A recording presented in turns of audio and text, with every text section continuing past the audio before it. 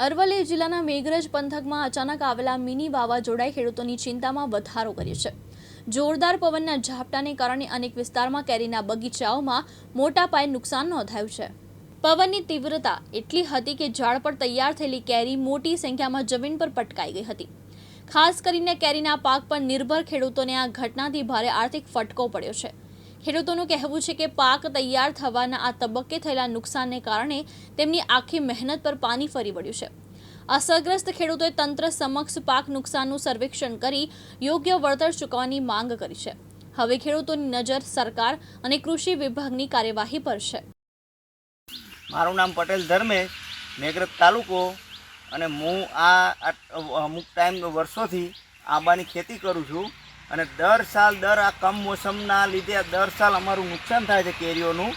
અને સરકારને નમ્ર વિનંતી છે કે સરકાર સર્વે કરે અને ખેડૂતોને લાભાર્થી થાય અને જે સરકાર તરફથી બને એ મદદરૂપ થાય।